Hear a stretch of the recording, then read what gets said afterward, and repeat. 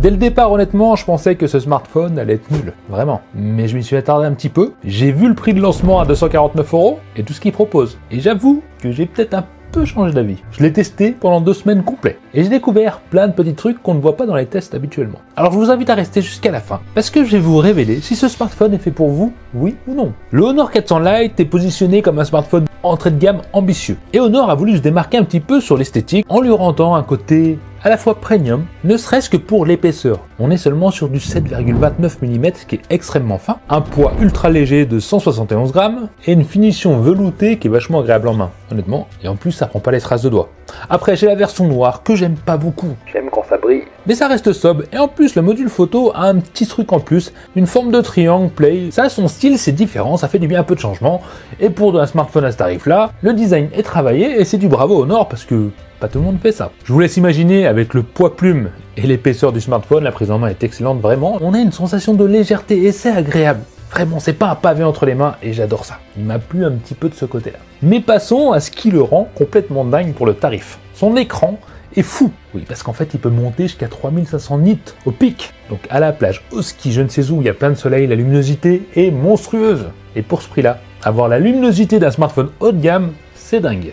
J'ai même comparé avec mon iPhone 16 Pro et sa luminosité est meilleure. Ouais, ça fait mal. Donc oui, écran AMOLED de 6,7 pouces, avec taux de rafraîchissement qui fait de 60 à 100 Hz, donc adaptatif. La calibration des couleurs est excellente, le rendu est magnifique. Bon, l'écran se débrouille très bien, on peut l'admettre. Et en plus, on a l'empreinte digitale sous l'écran qui fonctionne aussi très rapidement. En plus, il a une protection chute jusqu'à 1,50 m. Je pourrais le jeter par terre, mais j'ai un peu peur. Même si c'est certifié, on a toujours peur de jeter le smartphone. Je l'ai fait. Toujours en vie. Enfin bref, c'est la protection d'écran de chez Honor, on n'est pas sur les Gorilla Glass standard. Il a rien en plus. En tout cas, là, ça a fonctionné. Autre point que Honor a sorti, qui est pas mal. J'avoue, c'est pas mal, même si c'est pas forcément eux qui l'ont inventé, mais c'est ce petit bouton caché juste ici, IA pour la navigation photo, mais qui va te servir à prendre des photos et faire d'autres choses. En gros, tu appuies sur ce bouton, ça lance l'appareil photo. Tu vas pouvoir zoomer en slidant de gauche à droite, donc faire le zoom. Tu vas pouvoir faire un focus en touchant un petit peu en tactile ce bouton, donc ça te permet de contrôler ton smartphone comme une caméra, comme un appareil photo standard, c'est quand même pratique, c'est mieux qu'aller sur l'écran, etc., faire pour le zoom.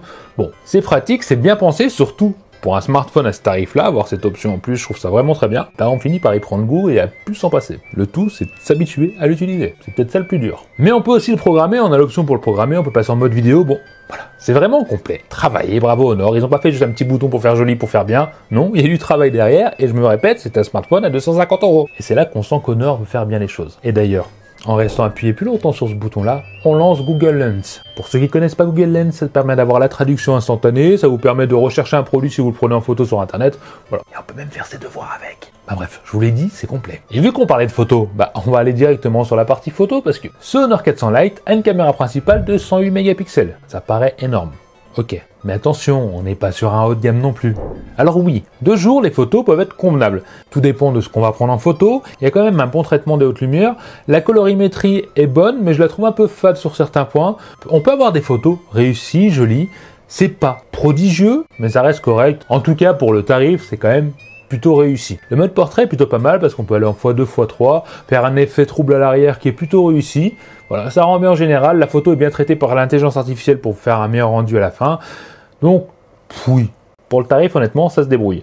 De nuit, j'ai un petit peu moins aimé. Bien sûr, c'est normal, ça peut pas être à haut de gamme non plus. Mais voilà, si on prend le temps de prendre des photos, on peut avoir des photos correctes, agréables.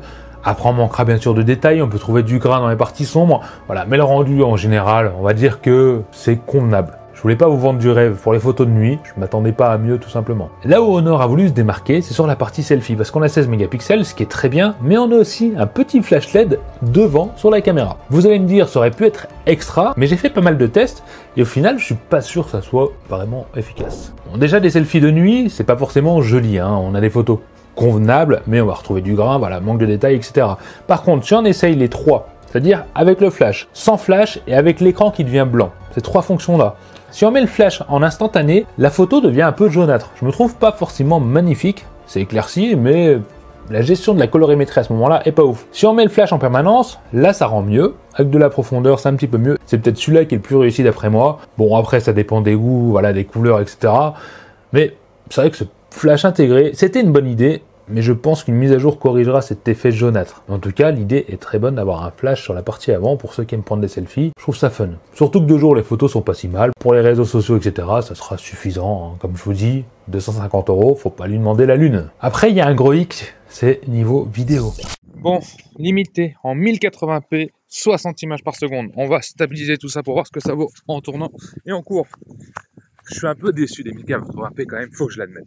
Allez, contre-jour, qu'est-ce que ça vaut? Dites-moi en commentaire. Et pour le selfie, c'est 1080p mais 30 images par seconde. Mais contre-jour, ouais, pour l'écran, ça a l'air de gérer. On va courir un peu quand même. On va faire un petit saut de piche. Voilà.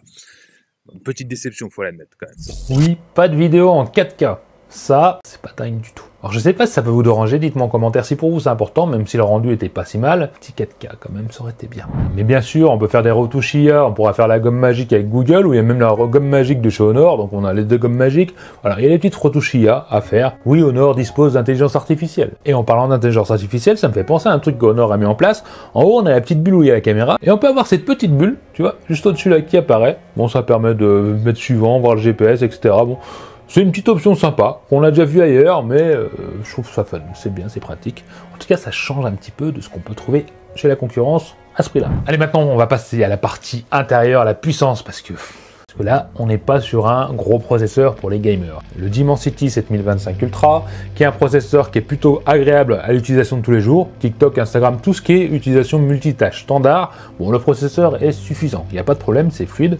Plutôt agréable d'ailleurs à utiliser dans la vie de tous les jours. Partie jeu, ça va suivre aussi bizarrement. Alors oui, je l'ai testé sur Genshin Impact, graphique au maximum, hein. J'y étais à fond, et ben ça suivait. Bien sûr, ça chauffait un petit peu à l'arrière, faut pas s'attendre à des miracles, mais je m'attendais plutôt à un smartphone qui allait laguer, c'était pas le cas. Bien sûr, c'est pas un smartphone gamer, mais en tout cas les jeux tournent dessus et c'est plutôt agréable, surtout qu'on a un score en tutu au-dessus de 400 000, ce qui n'est pas extra, mais voilà, c'est bien géré. Même avec 8 Go de RAM, il s'en sort plutôt bien dans les jeux.